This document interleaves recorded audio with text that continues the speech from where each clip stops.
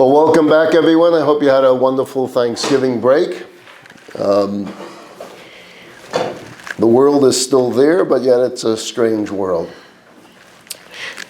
You know, we've been talking at this class about the chosen people now for a number of years. That's been our focus once we got to the book of Deuteronomy.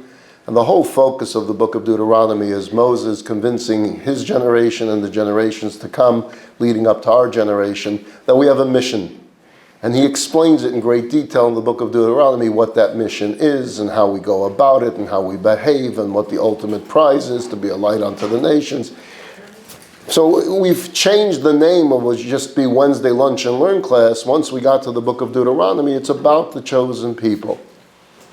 And obviously one that believes in the Torah will automatically believe that we are the chosen people because the Torah so says so.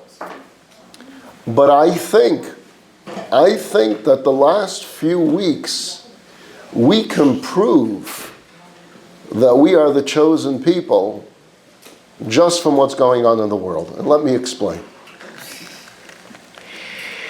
Israel goes through a slaughter, the likes of which the world had not seen since the Holocaust. It's not rumor that they went through this. It's documented and videotaped. Videotaped by the very individuals who committed the atrocities.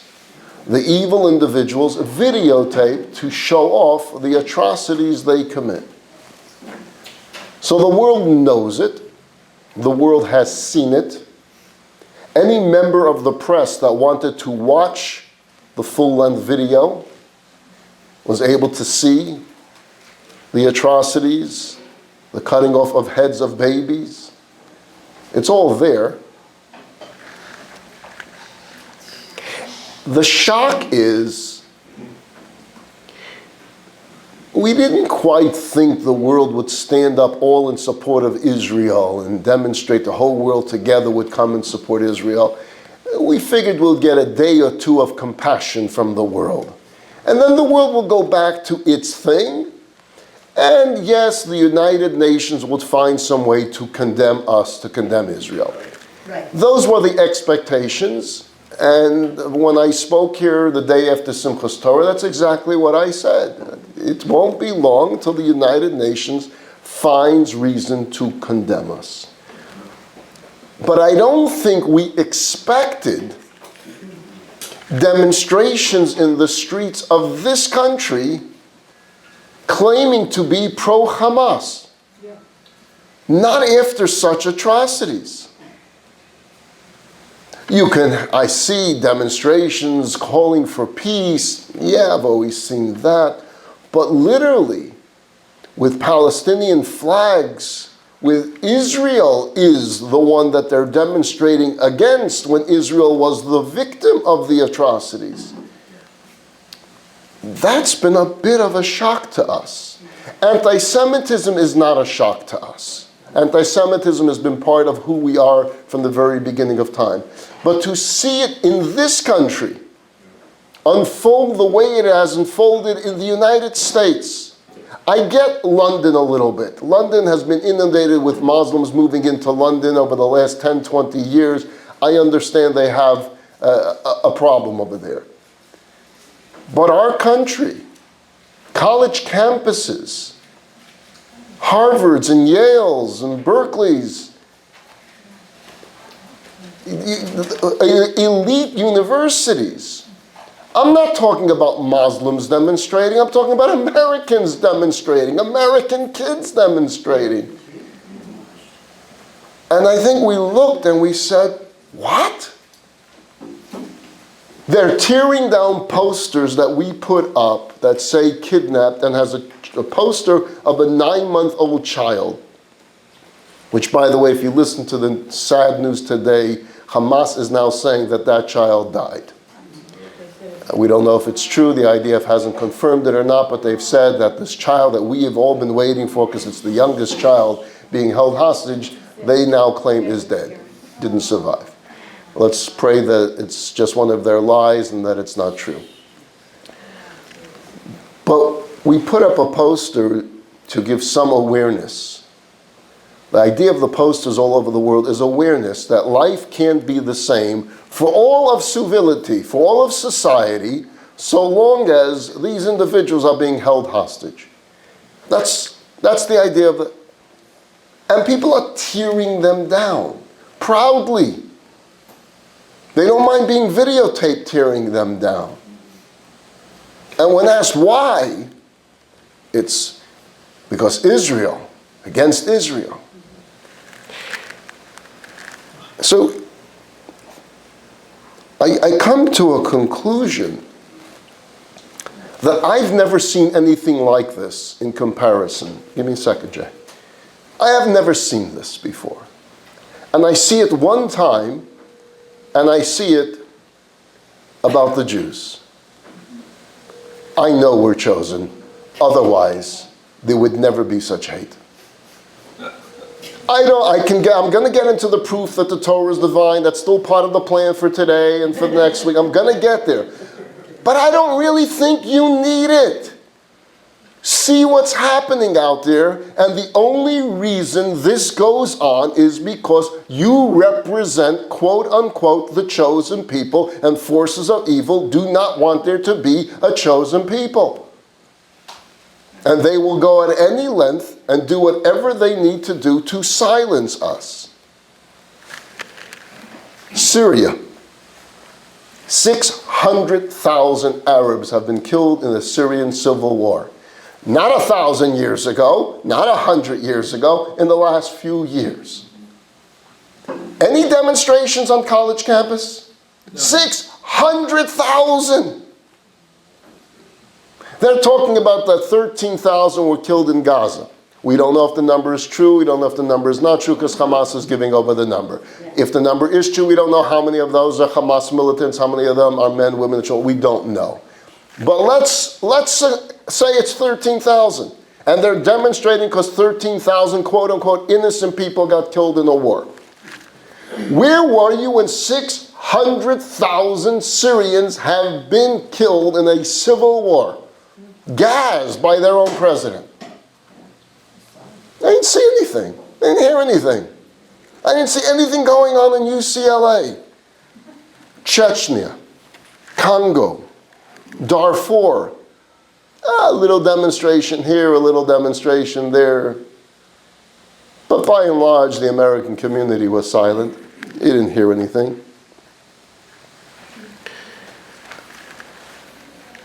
1 million people died in the Iran-Iraq war. 1 million. 1 million people. A war that went on for years. Anyone demonstrate? Any demonstrations anywhere? In fact, countries were making a lot of money selling arms to different teams, right? We were selling to Iran, we were selling to everyone was selling to it kept the war going. 1 million people died. United Nations didn't take any action. It was quiet. During that Iran-Iraq war, the United Nations condemned Israel some 24 times for anything that they could think of. Iran sits now in the chair of human rights violations in the UN. You can't make this stuff up. And then the point that the world suddenly has fallen in love with Palestinian refugees. Okay? I can get the idea of caring about refugees. I can get the Rahmanis of caring about refugees. But I haven't seen one demonstration in front of an Egyptian embassy saying, take the refugees in. Open your border. Not one. Not one Egyptian embassy is under threat because people are demonstrating about the refugees.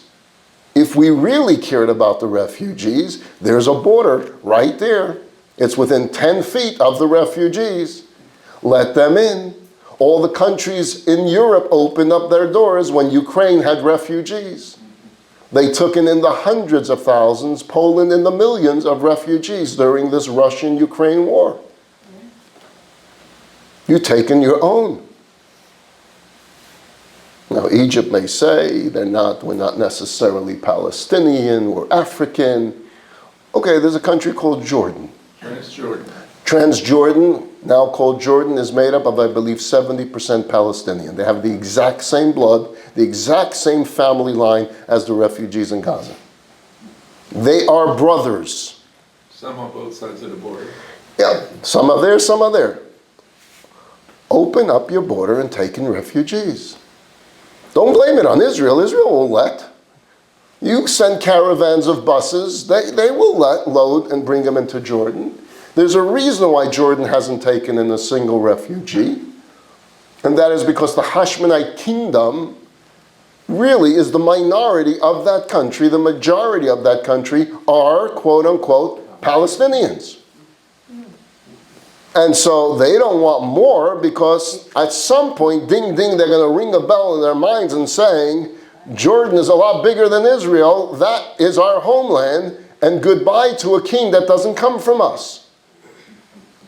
Well, the king and the queen feel that threat, and therefore not a single refugee. I can go down the entire list. No one has taken in a single refugee. But the protests are all about Israel causing a refugee problem. Black September. Black September was in Jordan in the 70s, yes, where they wiped them out, kicked Arafat out, didn't want to have anything to do with them. Right. Killed a few people. It's just a map I printed off Google of the Middle East. It's hard for you to see, perhaps, but it's got a lot of big land, a lot. You got Iran, you got Iraq, you got Saudi Arabia, massive, lot of territory here for some refugee camps. They have enough money to make condos, townhomes for everyone, a lot of land, a lot of money. Nice place. You got Sudan, you got Egypt, okay? You got Syria, you got Lebanon, you got Jordan, you got a little strip here called Israel. You can't fit the word Israel in the map space where it says Israel, so we have to be in the Mediterranean Sea. The word Israel has to be in the Mediterranean Sea because it doesn't fit. We're the size of New Jersey, and they have the audacity to complain that we've stolen their land? Yes, Jack. I'm a little older than you. I'm 91 years old. Just a little, not too much. It's not a discourse, it's your lecture, but I want to point out, I was alive during the Holocaust time. Never did the Germans ever show the atrocities that they were doing. And when they led the people into the chambers, they said, oh, these are showers. Yeah. They never deliberately they didn't show it off. Did the evil, cutting a woman's belly open. And showing it off. And showing it off. This is the most evil thing I've ever seen in my life. It goes, it's below any animal, it's below any creature that's ever been. You're right, Jack. How many people make up the Jewish people that there's so much hate towards us? We make up 1/4%. That's 1/4 of 1%. And yet, the focus on the Jew and Israel is nonstop. And so, as I opened with, proof, you're the chosen people. It makes no sense otherwise. There's something about you. There's something about you that the forces of evil do not want in existence. You're the chosen people. It's beyond logic to try to understand the obsession that people have with the Jews. There is no rationalization that you can possibly give. Even when we put it under the blanket of anti-Semitism, but even there, but why? Have you watched any of these interviews with the people demonstrating and you ask them any questions? And they just make up stories like what Israel did, why they hate Israel. Because Israel did, but that's not true. Well, they're occupiers. Now, Israel in 2005 gave them the whole Gaza. They're not occupying Gaza. There's not a single Jew that lives in Gaza. There's not a single Israeli soldier that was in Gaza. What did we occupy? We gave it to you. What? We gave it to Abbas, and then Hamas declared war against Abbas, nearly killed Abbas, wiped out the Palestinian Authority in Gaza, and took control. And then won an election with 70%. Whether it was a fair election or not, I don't know, but that's your country. You wanted full control. You had full control. Keep asking them questions. Do they know that Israel is a democracy? Do you know that Arabs live in Israel? Do you know that Arabs have full rights in Israel? No Jews really live in the other Arab countries, although we used to. But we don't live there anymore because we would want to live for the next day. I remember being in Israel. Remember when the first set of Oslo Accords took place? And part of that was that part of Jericho was going to be given over to Abbas's control. It wasn't Abbas at the time, it was Arafat's control. It was going to be in stages, right? The Zone A, the Zone B, the Zone C. We were taking a tour at the time. I was there as a study group tour of Israel. We're taking a tour of Jericho. Jericho has a lot of biblical events that take place in Jericho. It's the first place that Joshua comes in. One of the oldest synagogues in Israel is in Jericho. And there were some Jews that lived in Jericho.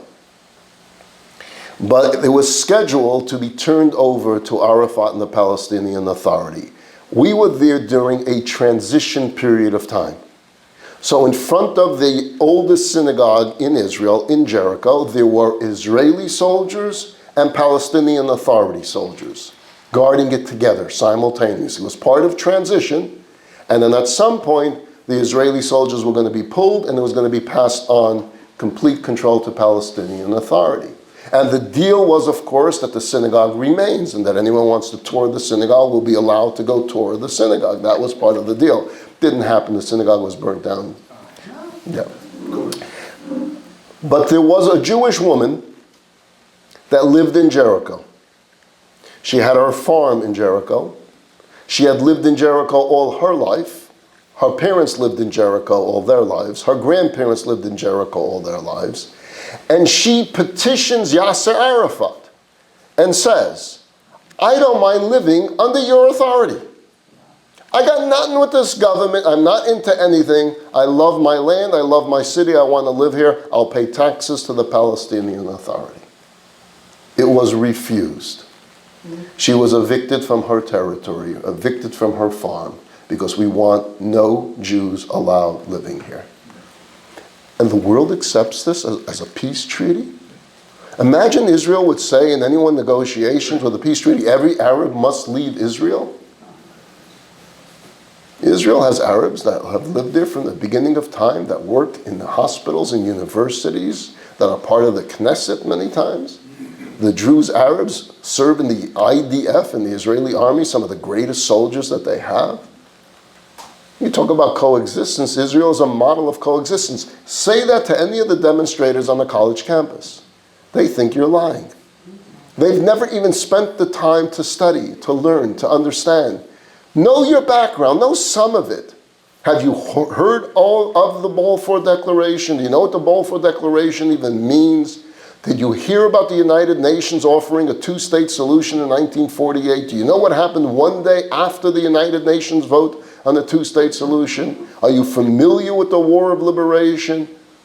Do you know what happened in the Six-Day War? Do you know what happened on the seventh day of the Six-Day War, the offer that Israel made for peace? Are you familiar with the Yom Kippur War? Are you familiar with all these series of negotiations with Camp David Accords, Oslo Accords, Rye agreements, one after the next after the next? How many times the Palestinians have turned down offers of a Palestinian state? But you're demonstrating against Israel? The victims here? The victims of the atrocities? One reason and one reason only. We're the chosen people. That's the only thing I come back to. Because it's not about Israel. Don't fool yourself. It's not about Gaza. That's not why they're demonstrating. It's about the Jew. It's about each and every single Jew. As I say, most of the demonstrators have no idea about Palestine. They have no idea where Gaza is on the map. They know nothing about Israel. They know nothing about democracy. They know nothing about freedom. They simply have this inner hatred for the Jew. And they don't even know why themselves. They just do. On the positive side, for thousands of years, this has happened to us. For thousands of years, there have been a series of pogroms in some parts of the world. They come in, they raid a town, they rape the women, kill the children, move on.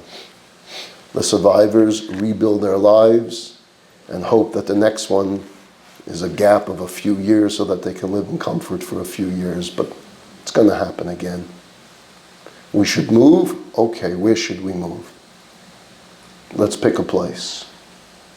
And we moved, and we established a new community, and it happens again. And then some places expel us, and they tell us we have X amount of time to leave this country, so we have to pack up our bags and leave again. I'm sure most of you watch Fiddler on the Roof. Not a true story, but at the same time, very true, right?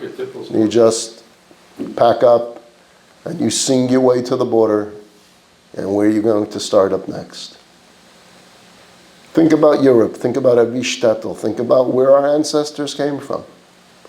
They had good periods of time, they had gaps, and then some new leader rises to power and they don't like the Jew and everything turns. Been that way for thousands of years. We kind of got used to it. Wow, if we had a good string of 50 years, my, unbelievable, right? We would call it the golden age. Those days are over. Those days are over. This is not a Jewish people today that's running anywhere. We're not going anywhere. We're not in our cellars. We are not afraid. We're standing strong. We have an independent Eretz Yisrael. We have an Israel that is strong.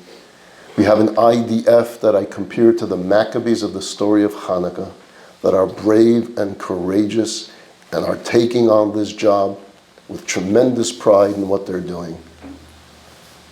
Israel is a strong army. Israel has sophisticated weaponry. Israel has an air force. Israel has tanks. Israel has a navy. Israel has an espionage.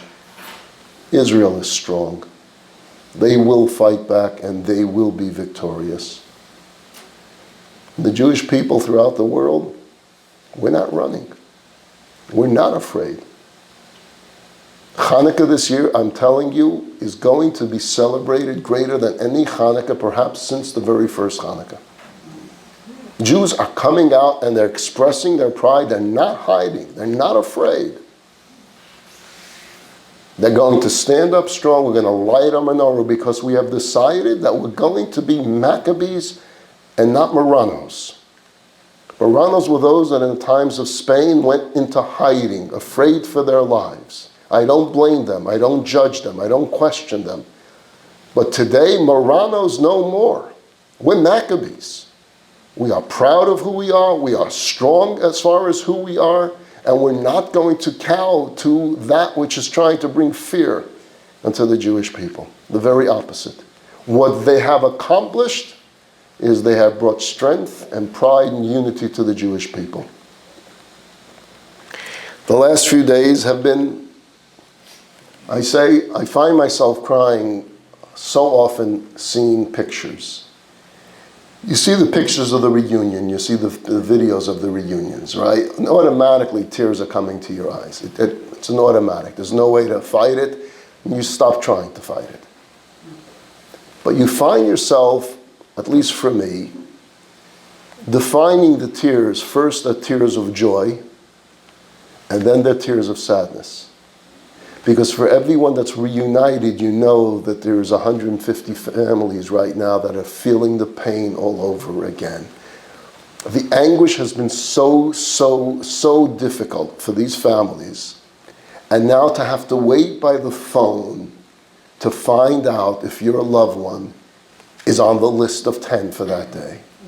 The anguish that they're living through, the pain that they're living through is just intensified and intensified.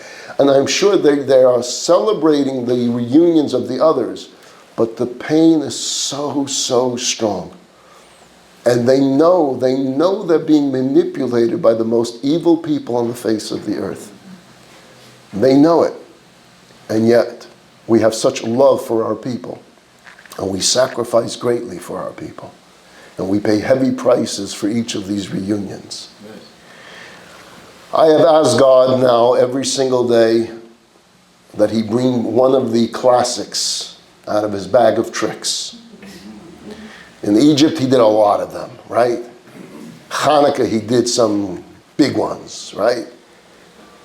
Bring one of your big miracles now and find a way to get all the hostages home in one day, and then let Israel do the rest. So we plead with God, show yourself, reveal yourself in an open manner, that the world will see indeed that we are your chosen people, and we've done a good job being your chosen people. We've paid a heavy price being your chosen people, and we haven't backed away, and we haven't quit, and we haven't resigned, and we haven't retired. We're still willing to do it. But God, give us something. Give us every hostage home, and then we'll take care of the rest. I'll conclude with a story, but first, Barry, go ahead. It is awkward to ask you particularly this question because you are a walking symbol of somebody that's Jewish. You know, you walk outside the door, nobody's going to question that you're not Jewish. Mm-hmm. But what's your thoughts on prudence versus pride? And that you're hearing a lot of people saying, well, maybe we should take the mezuzah off our door. Maybe we should hide our Jewish star and not be confrontational and be prudent. I'm just curious what your thoughts are that. So I will say prudent, but I define prudent differently. Meaning, I say put the mezuzahs up in every single Jewish door on the face of the earth. I say everyone stand strong and proud.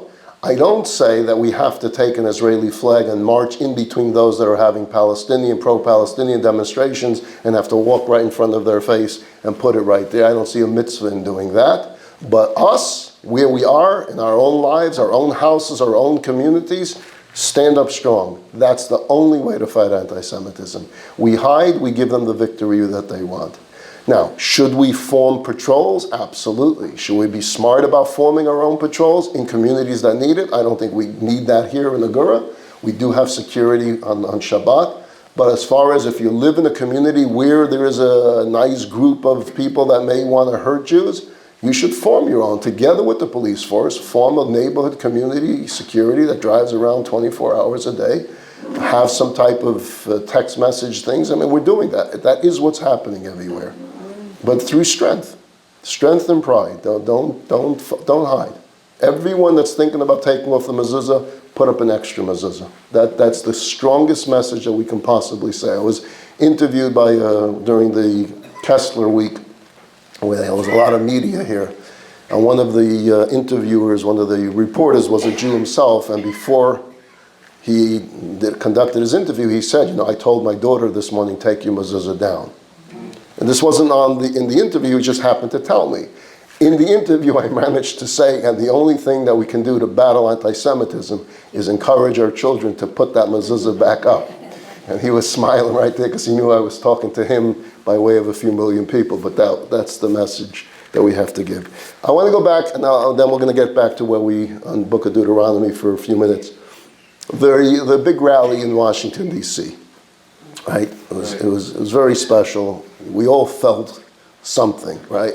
And we all felt it for different reasons. The unity of it really got to me. The fact that we were able to do this and no one booed anybody. You had people from all political parties, everyone speaking and everyone loving everybody. It's nice. And you contrast that to the pro-Palestinian rallies that are taking place, where they'll burn things down and destroy cars and and this was all just beautiful. And you saw Israeli flags and American flags and patriotism for both the United States and for Israel. It had everything you wanted it to have. So I want to tell you a story that took place in the midst of this, okay? There were a lot of Chabad Hasidim there. East Coast allows it. We have large Chabad following in Washington, in Baltimore, in Virginia, and in New York, and a lot of Chabad Hasidim went. Now, Chabad Hasidim basically are trained. A lot of Jews, what does that mean? A lot of opportunities to put on Tfillin with people, right? So if you're going to have, at first they predicted 100,000 people, it turns out to be close to 300,000 people. Wow, the chances of putting on Tfillin with people that are in the mood to do something of pride, to do something for the Israeli soldier, wow. And indeed, it was the busiest day that Chabad ever had of putting on Tfillin with people. It possibly, and I don't have the exact numbers, no one does, it possibly had a record of more people put on tefillin that day in one area than any other time in the history of the world. Because no one was saying no. It was, and there was no running out of people. So you had these yeshiva students keeping tab of themselves, reaching numbers of like 200. I put on tefillin with 200 people today. You know what that's like? 200, one kid, 200 people. Imagine one school can total thousands. Okay. So one Chabad rabbi, a colleague of mine, said that he did encounter one fellow, Israeli accent, that said no to him. Now that was an oddity because no one was saying no that day, and this fellow said no. And he looked rather sad. So the Chabad rabbi dropped the tefillin for now and said, what's bothering you? The spirit there was one of singing. It wasn't a rally of sadness. It was a rally of uplifting spirit. And this fellow was clearly not in that mood. And the fellow says, my father died 2 days ago in Israel. I was not able to make the funeral. And so I'm sad. I'm broken. The rally was taking place here and I lived nearby. I figured I should come here, but I'm not in the best of spirits. My father just died and I couldn't make it to the funeral. So the rabbi says to him, if that's the case, the perfect thing to do in the memory of your father is to put on the tefillin. Put it on, just say the Shema, but when you're doing so, think of him. And you say to him, I couldn't make it to your funeral, but I'm doing this in your honor. I'm doing this for you. That he said yes to. Okay, I'll do that. He put on the tefillin. He said the Shema in the memory of his father. The rabbi got his father's Hebrew name, his father's Hebrew name. They made a prayer for him. Then he asks this fellow, tell me, have you said Kaddish yet for your father? And he said, no, I wasn't at the funeral. So he said, we have more than 1 million here. And he just yells out to anyone that can hear him, this fellow needs to say the mourner's Kaddish. Who can gather around to answer Amen?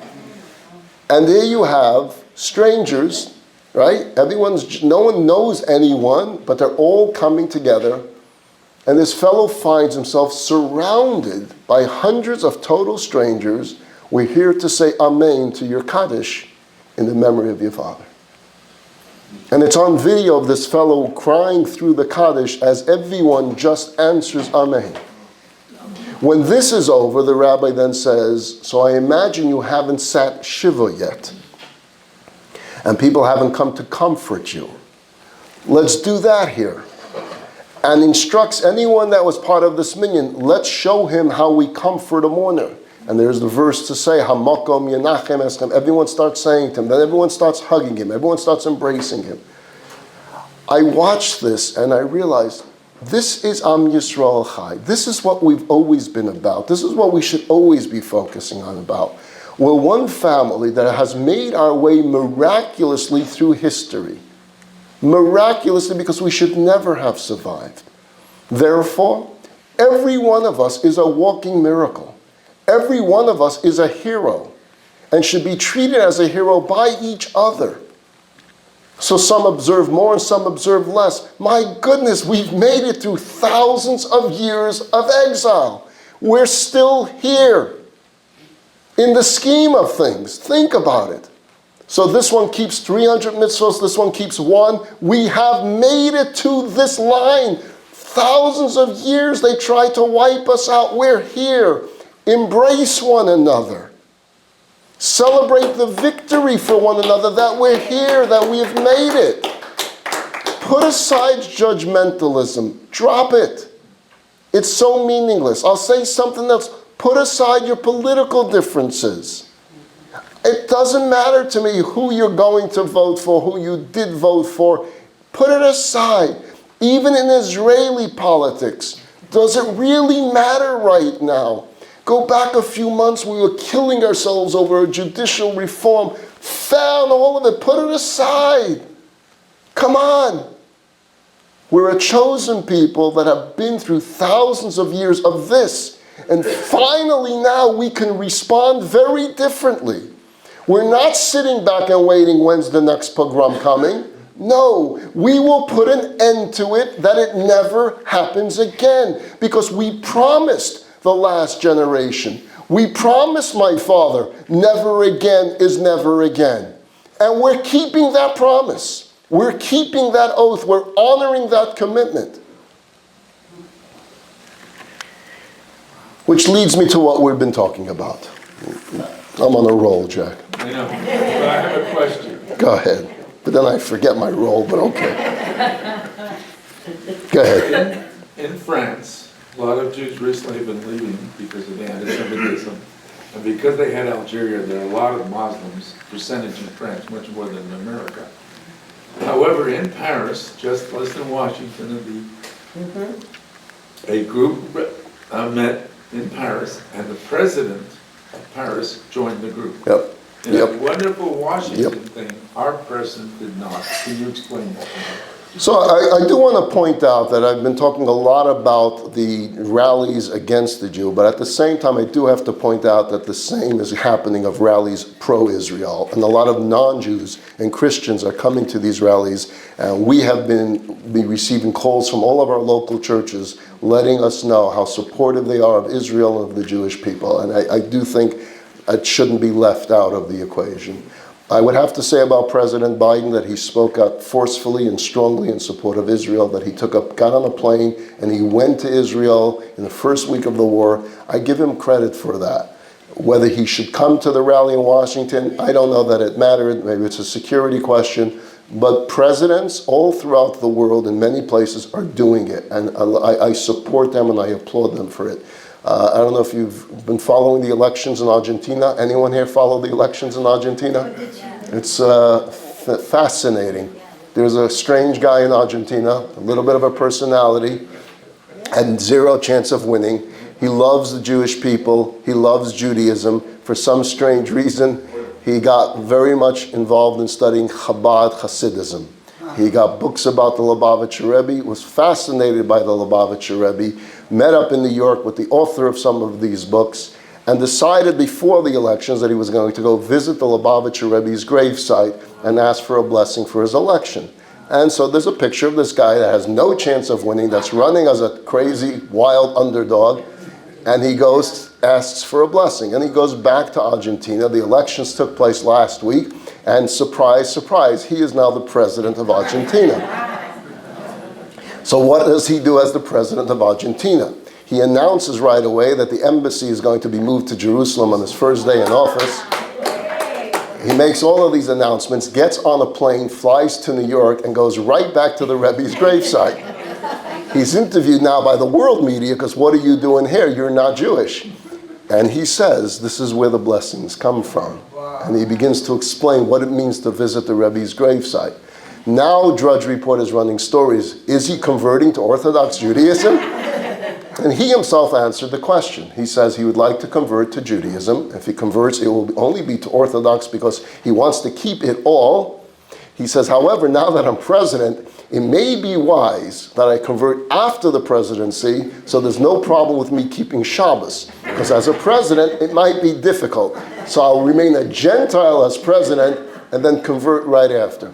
But these are things that are happening. I think it was the president of Denmark, a Dutch, who said, hey, there is a Palestinian state, it's called Jordan.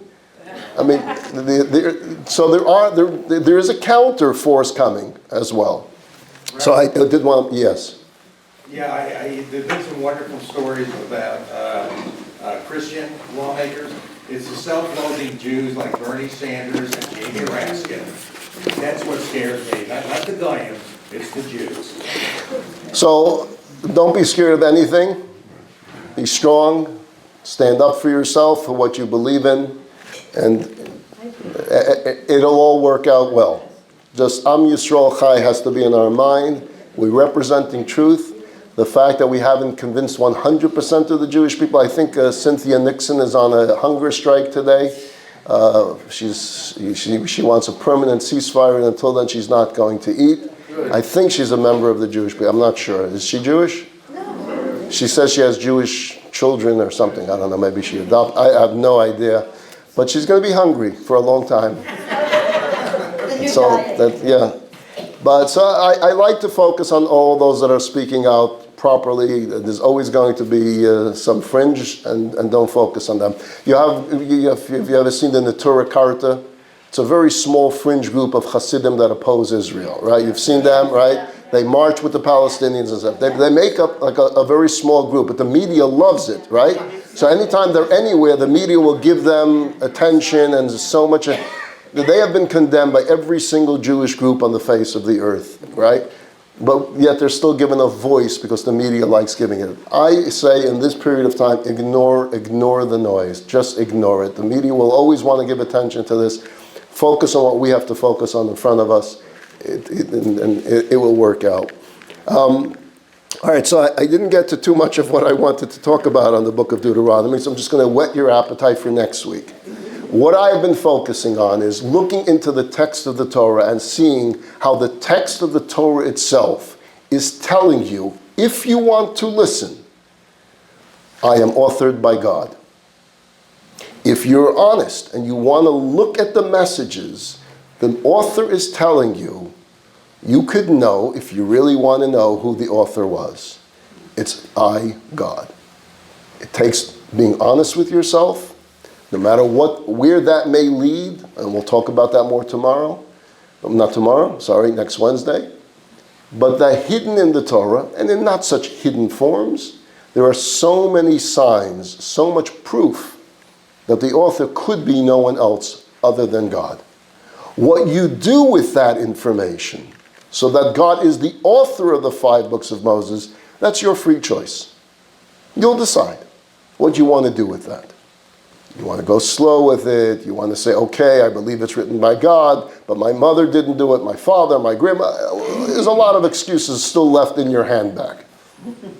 But let the excuse not be that I don't believe this book was written by God.